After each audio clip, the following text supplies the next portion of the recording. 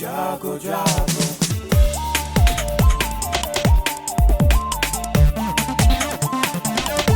Radio जागो जागो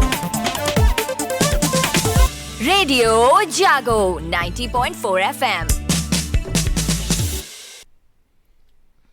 radio जागो 90.4 एफएम से मैं महेश मिश्र आज स्टूडियो में हमारे बीच में हैं जनपद के मुंबई में फिल्म इंडस्ट्री में काम कर रहे अमी कल्प मिश्र जी।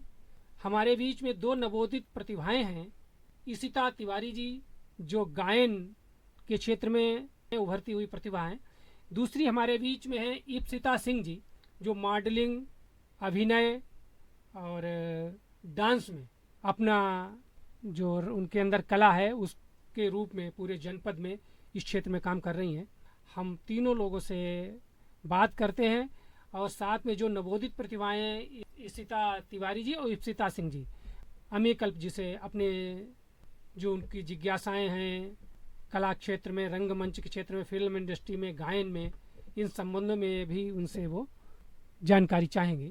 हम सबसे पहले हमारे बीच में अमी कल्प मिश्र जी हैं, हम उनसे बात करेंगे कि वो हरदोई के कस्बा सांडी से निकलकर और मुंबई तक का सफ़र उनका कैसा रहा। जी नमस्कार सुनने वालों को।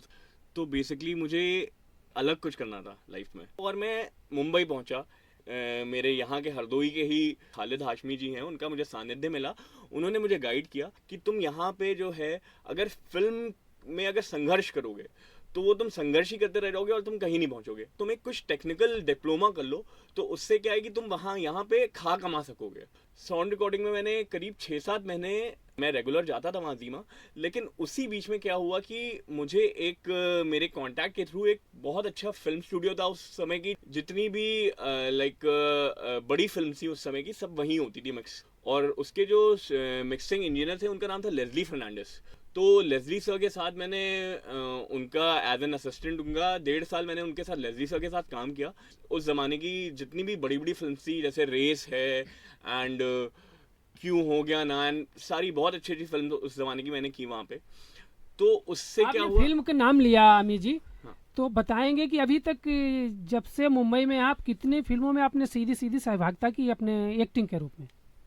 मैंने एक्टिंग के रूप में तो सहभागिता में एक फिल्म थी, फर्स्ट फिल्म थी मेरी एडमिशंस ओपन, उसमें कुछ मैंने एक्टिंग की है। एडमिशंस ओपन में छोटा सा किरदार निभाया है, स्कूल के बच्चे का किरदार निभाया उसमें।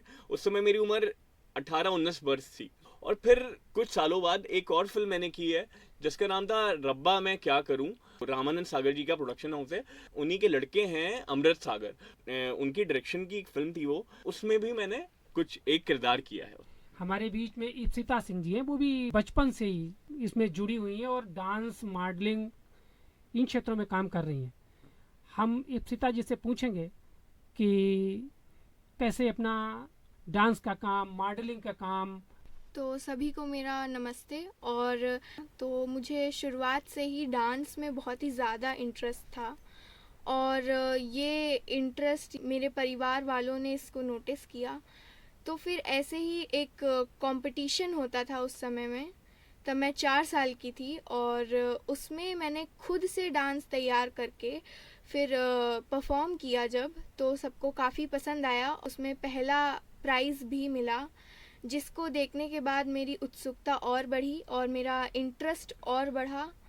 तो मैंने सोचा कि अब इस लाइन में भी थोड़ा आगे बढ़ के देखते हैं। और उस समय कितने वर्ष की थी आप? उस समय मैं 4 वर्ष की थी। अब ऑलमोस्ट 10 साल हो गए हैं।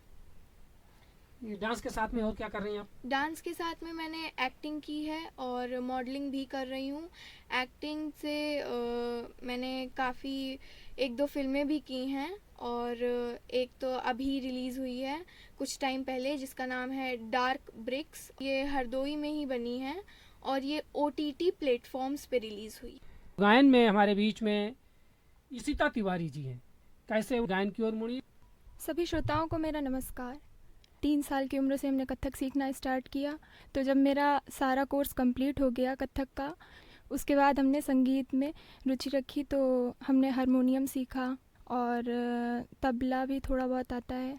जो आपने संगीत इत्यादि सीखा है, कहीं पे अपनी प्रस्तुति दी? जी, कंपटीशन जो होते हैं उसमें कहीं परफॉर्मेंस जनपद स्तर पे कि बाहर जाकर? जनपदीय स्तर पे किए हैं और बाहर भी किए हैं, जैसे शाहजहाँपुर में और प्रतापगढ़ में, और ऑनलाइन जो कंपटीशंस होते हैं उनमें भी पार्टिसिपेट करते हैं। अभी यहाँ कुछ सुनाएंगी? जी, मैं इशिता तिवारी आप सभी के सामने लग जा गले गाना प्रस्तुत कर रही हूँ। लग जा गले हंसी रात,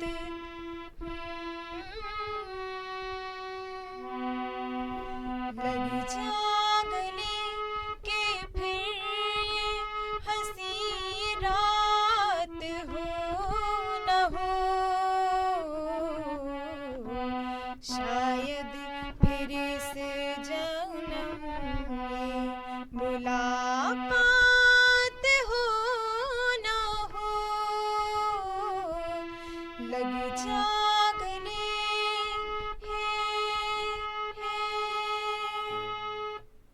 सीता जी, अमीकल्प से आप कुछ जानना चाहेंगे? मुझे ये जानना है कि पहली बात तो आप हरदोई से ही हैं, तो आपका यहाँ से वहाँ तक का सफ़र कैसा था? सबसे पहले आपके अंदर जो एक आग होनी चाहिए, तो अगर वो आग है आपके अंदर तो वो आपको बुझने नहीं देगी। गोल होता है वो आपकी आंखों के सामने होता है, यार मुझे ये पाना है, तो वो जब आपकी आंखों के सामने होता है तो आपको कुछ नहीं दिखता है सामने, चाहे कुछ भी आ जाए। तो सर, आपसे यही सवाल है कि उस मुकाम पे पहुंचने के लिए तो ये ज़रूरी है कि मतलब शास्त्रीय को संगीत को लेकर ही? शास्त्रीय जी। संगीत ढाल है।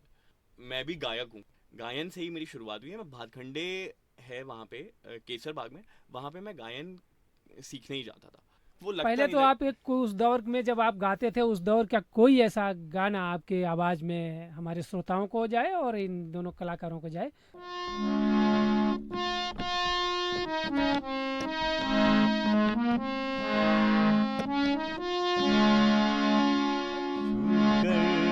मेरे मन को या तूने क्या इशारा, बदला ये मौसम, लगे प्यारा जग सारा,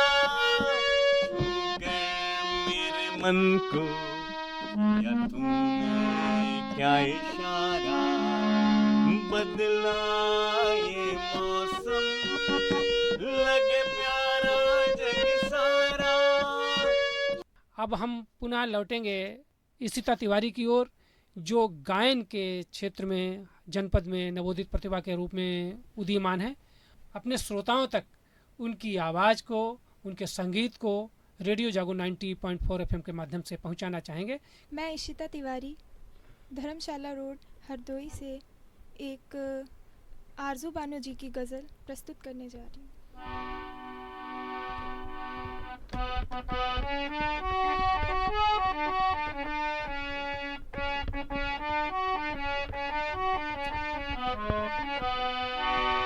आज की रात जरा प्यार से बातें कर ले, आज की रात जरा प्यार से बातें कर ले, कल तेरा शहर मुझे छोड़ के जाना होगा, आज की रात जरा प्यार से बातें कर ले।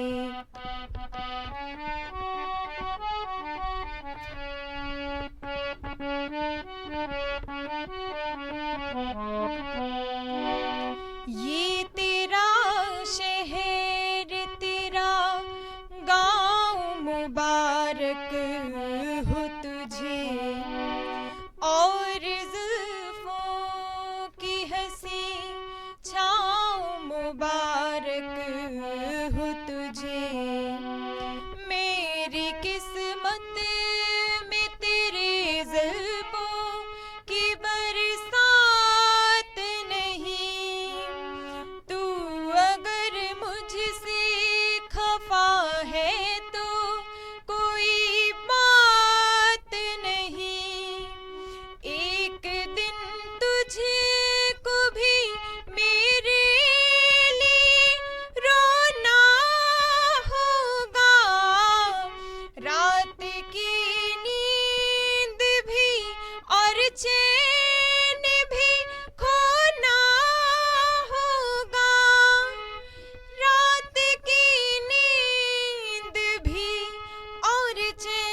भी खोना होगा। याद में मेरी, याद में मेरी तुझे अश्क बहाना होगा। कल तेरा शहर मुझे छोड़ के जाना होगा। आज की रात जरा प्यार से बातें कर ले। रेडियो जागो 90.4 एफएम स्टूडियो में आए मुंबई से हमारे बीच में अमीय कल्प जी, हरदोई जनपद की 2 नवोदित कलाकार इप्सिता सिंह जी और इस्ता तिवारी जी, आप दोनों स्टूडियो में आई। आपके बीच में फिल्म मेकिंग से लेकर फिल्म डायरेक्शन, डांस, मॉडलिंग और गायन की बातें साझा हुई। रेडियो जागो 90.4 एफएम की ओर से आप तीनों कलाकारों का बहुत बहुत आभार, बहुत बहुत धन्यवाद।